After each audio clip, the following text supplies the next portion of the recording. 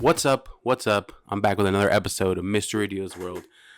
Today I'm going to do a couple reviews. I'm going to review the new Hunger Games book that came out. Let me get the title so I don't butcher it.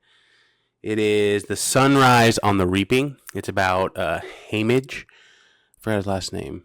Athernacky? Wait. Hamage Athernacky. I think it's Athernacky. Hold on. Hunger Games. Okay. It's really hard to figure out. Like, Hamage Abernathy. Abernathy, not Abernathy. So I'm going to talk about that book. I watched David at the Sight and Sound Theater. The Lord is my shepherd.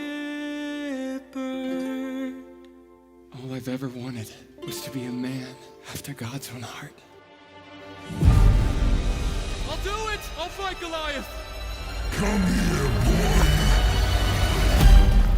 I give you David! You are the true king of Israel. I knew it was you. So stop. Now bring David to me, for he must die. The crown has changed him. You have to go. He's here! He's here! Who are you? We're outlaws. All right, man. Time to start fighting to defend God's people. Battle belongs to the Lord!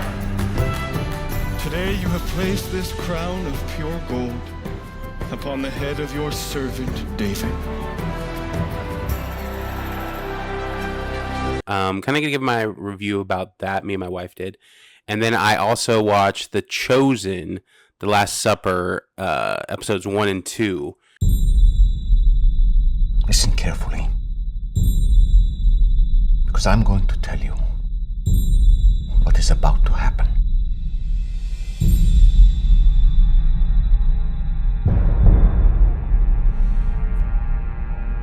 This is my Father's word. And so I'm kind of giving, and I'll split these up into different videos. But let's start with The Sunrise of the Reaping. Okay, so this is going to be a little spoiler heavy, but it's kind of a given that Hamage was in the Hunger Games. So if you don't want to watch this and you haven't read the book yet and you don't want any spoilers, come back to it and you can check this out. Anyways, love the Hunger Games books. Didn't read the first one when it came out. I didn't actually start reading them until I watched the movies. I watched the movies and I was like, I need to know what happened. So I started reading the books afterwards. I read the Snow book. I forgot what that one's called. Like the Ballad of Song and Snake, I think it is. Bird and Snake or something. I don't know what it is. You know what I'm talking about. But this one was a lot better than the previous book that just came out. And I don't want to disparage this book, but one thing I will say about this book, very sad. But I had some questions and I had some thoughts. First thought, I thought the book was really good. It was a really compelling story of how Hamage won his Hunger Games specifically. But I think I had some issues with how he was as a character in this book compared to how he is a character when he's presented on screen, right? And I get that, like, time has passed.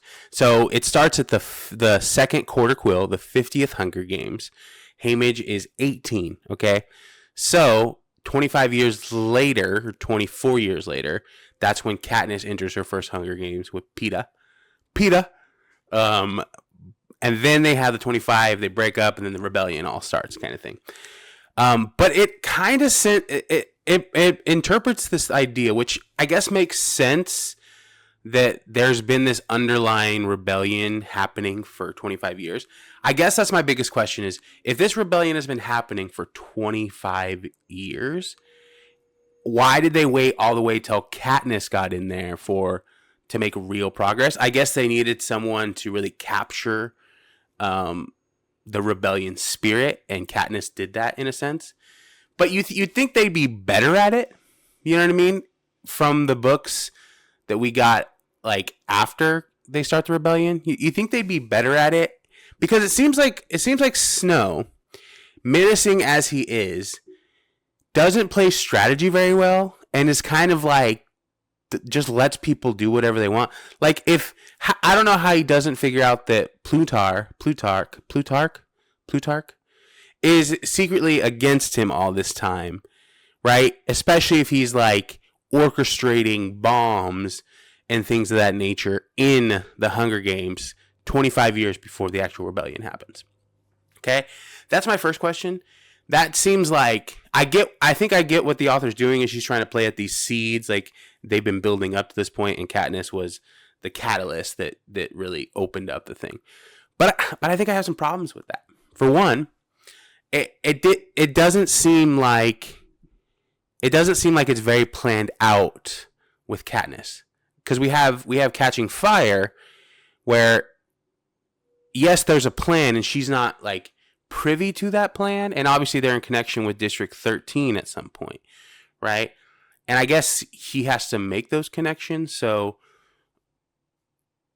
I guess I get it. But then it's like, so he's been building this connection for 25 years. That seems kind of unlikely, right? That seems like, so it took 25 years for you guys to even develop a plan while you're just letting kids get slaughtered and blasted in the arena for 25 years. You know what I'm saying? Like, that's where it's like, it's hard to take, or maybe it was like, not everyone was fully into the plan, and then it just took continuously coming back to the Hunger Games. Because that's the thing, is like, if you win the Hunger Games, you have to come back and be a mentor, right? So it's a never-ending remembrance of the atrocities that you did in the arena, right? And I guess that would make someone drink. So I guess I understand that, because from where Haymitch was, and he loses everything. Like, he loses his girl, he loses his family. Not only does, and he murders people in the arena. But I guess, what was their plot? What? So their goal was to not die without a fight, basically, is what I'm sensing, right? So their goal is like, I'm gonna blow up the arena and mess with the Hunger Games and ultimately kill my family, to be frank. I don't know if that's a great strategy, especially if you're trying to plan a rebellion, because then you're orchestrating that you are a rebellion. And there's the thing. This is why it's hard for me to take, and this is like a prequel book. So she had the Hunger Games, and then she's coming back and filling in the holes. But it seems like she's creating a little bit of holes here. And obviously, I don't know. I think the next book should be Finnick O'Hare's story. I think that would be a great story to tell. 14 years old in the Hunger Games. Nuts. Anyways, she's filling all these holes, which I get it, and I like it. I've enjoyed this book, and it'd be great to see this one as a movie. The Ballad of Songs and Snake, I think it's called. Hold on. Hunger Games books. So let me order them here. What is it called? Yeah, the Ballad of Songbirds and Snakes. So it's essentially President Snow origin villain story, right? It starts the 10th Hunger Games, and then he kind of creates what the Hunger Games is now, where it's betting. It's basically like the Super Bowl, a multi-day Super Bowl that people can bet on and give gifts to and fall in love with characters, and then they slaughter each other in a gladiator-style Royal Rumble. Great concept of a sport.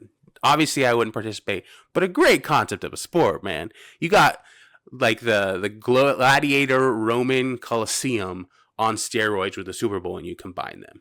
Beautiful concept. Then, so he falls in love with his lovebird, which is I forgot what her name was. What is her name? I don't know. She's the very first Hunger Games for District 12 winner.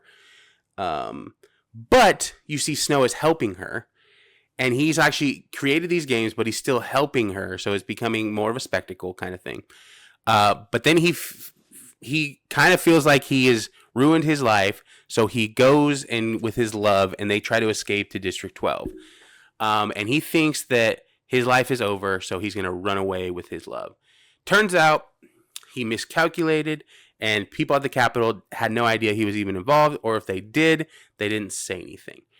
So he murders some people, and then he tries to kill his love of his life. Boom, movie's over, or the book's over. The book I thought was a lot better than the movie they portrayed. I gotta watch it a second time because the first time I watch it, I listened to the book and I was like, this is not the same story. I think they try to focus too much on the Hunger Games aspect, where this was more outside of the Hunger Games. And I think the director kind of, like, he thought Hunger Games, so he thought he had to focus on this. But that story, like, most of the characters die before the Hunger Games are happening. And so it's like this orchestration by Snow.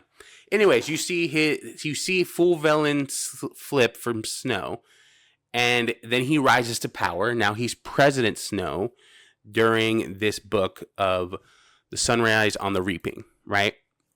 Still a menacing guy, poisoning people, killing people, killing Haymitch's family. That's a spoiler, so you know. But then, like, is he dumb? Can he not figure out there's people in the rebellion? And yes, and I think it's Beatty. His son is, as punishment, is put into the Hunger Games and is killed like crazy by some squirrels, some killer squirrels, and they only want him. And yes, that, like, I guess he's more maniacal because he wants to see people suffer. But he's kind of a doofus if he can't see that there's a rebellion taking place. Anyways, it was a really good book. I recommend reading it. I just have some questions like that specifically. And then Haymitch is twisting to this drunk that doesn't care about anything.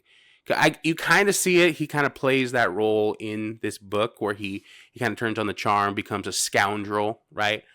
Not a rebel, because they don't like rebels. They like scoundrels, right? But then you don't really see him even drinking until, I guess, at the end, when he poisons his woman by giving her a gumdrop that Snow poisoned, and then Snow lighting his people on fire, right? So, like, I get that would drive you to drink, that loss and that thing, but it seemed like he was just, like, out of it completely compared to the character they portrayed. But you do see him still caring in the Hunger Games movies, so maybe it's not as bad as I'm thinking. Maybe that transition to being a drunk is easier. I've never been a drunk, so I don't know how enticing or how easy that is to be it. Overall, great book. Excited to see this in a movie. I'm curious, like, how many books she's going to do. I guess she's going to go in because they keep selling, right? And this book seems very popular because Haymitch is a very popular character. I really enjoyed the book. Had some great stuff in there. There's some complaints about the book specifically, like Haymitch is reciting all his poetry or songs or something, and I get this because his connection with the Covey, his woman, Lenore White, or I can't remember her name. I can't remember her name off the top of my head, but she's a Covey and she's a singer, so she's singing all these songs, and so he has all these songs in his head, and after he's mourning her, all these songs are going on, and I get that. It's a little bit like, it's like, come on, bro, like, come on. And again, he's a kid, like, he's still a kid. Not quite 18 there. Or no, he's not even 18, right? Because you wouldn't get reaped if you're 18. I don't even know how old he is. Anyways, I would give this book a solid 8. Like, this is a really good book. It's not perfect by any means. There's some things I didn't like about it. Like, his whole plot of trying to blow up the arena, I just thought was like, if he was trying to do that, as maniacal as Snow is, I think he would have just murdered him. I don't think he would have let him continue going and then win. Like, that seems like he would not do that, as much as he even hates winners. And maybe he didn't hate winners as much during this time. So I don't know. And then, like, you see all the other characters that you love, like Effie's in this one. And you see that she's kind of why she was brought from District 13 after the 25th, the third quarter, the third quarter quill. Yeah, right. 75. But anyways, it was a good book. Recommend you read it. I don't know if I am an expert on this, but I thought it was a really fun read. Okay, so what I'm going to talk about next is I'm going to talk about, we went and saw David at the Sight and Sound Theater. Very good play. We liked it. Me and Nat had some issues with it. It was really like, I don't know. I think they were trying to get too poppy with some of their songs, and some of their songs just didn't hit as much as I would want them to hit. David's story was really good. David's story is long. It has a lot of different moving parts, and they tried to cram it all into one.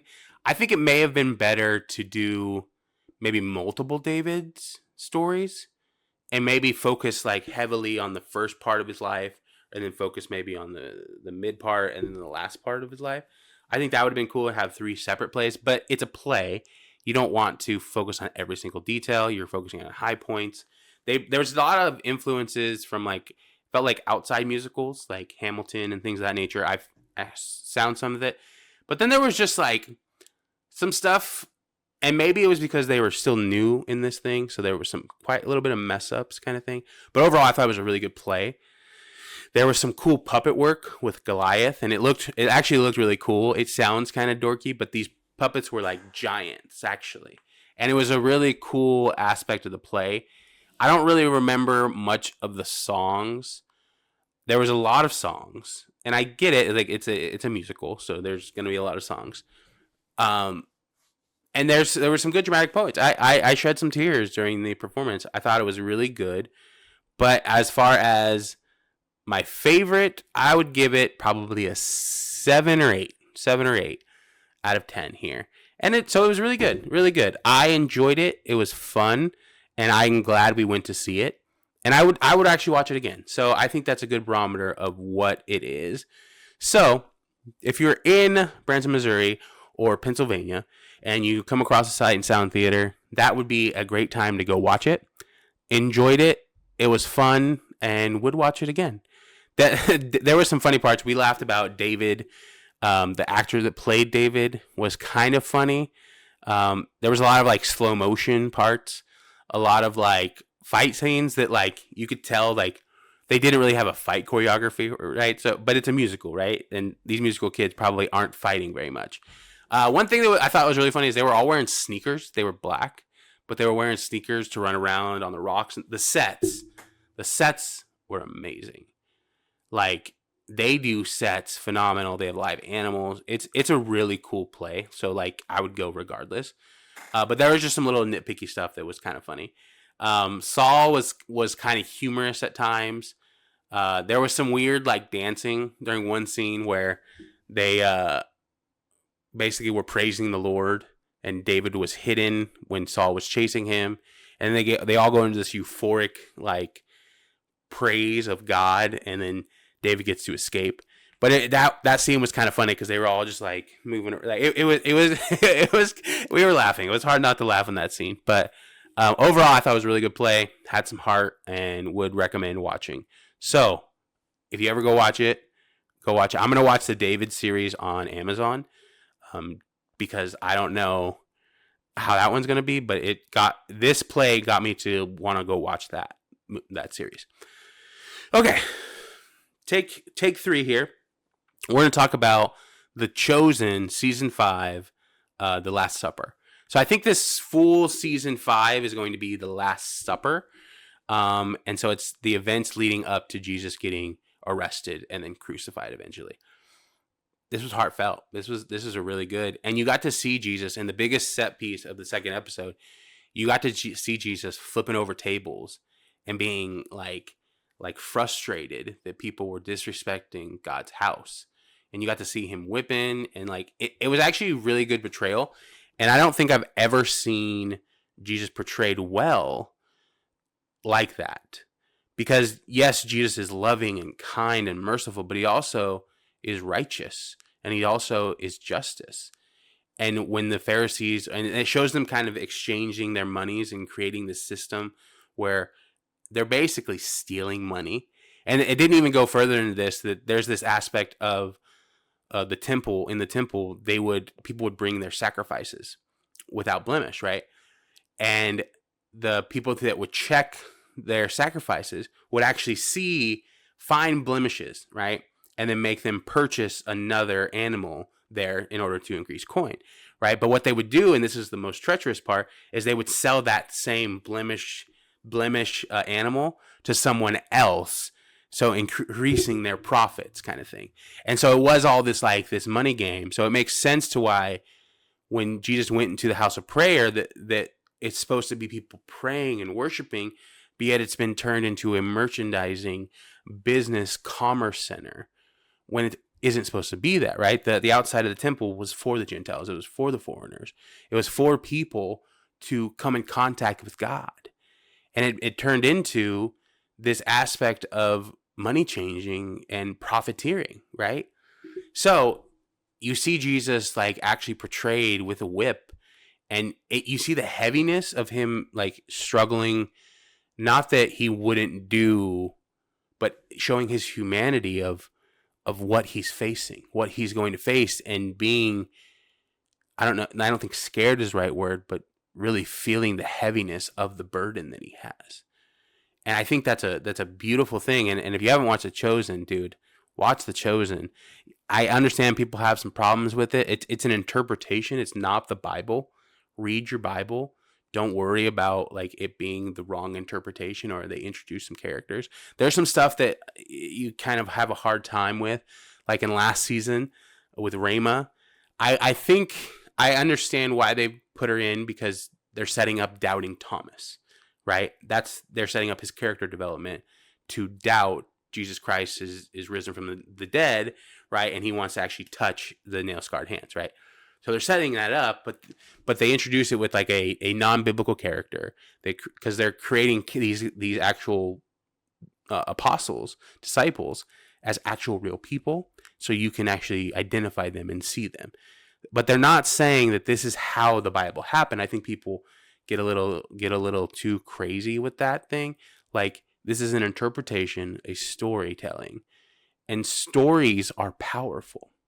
We tell stories continuously as humans because this is something that we communicate. This is how we communicate our truths.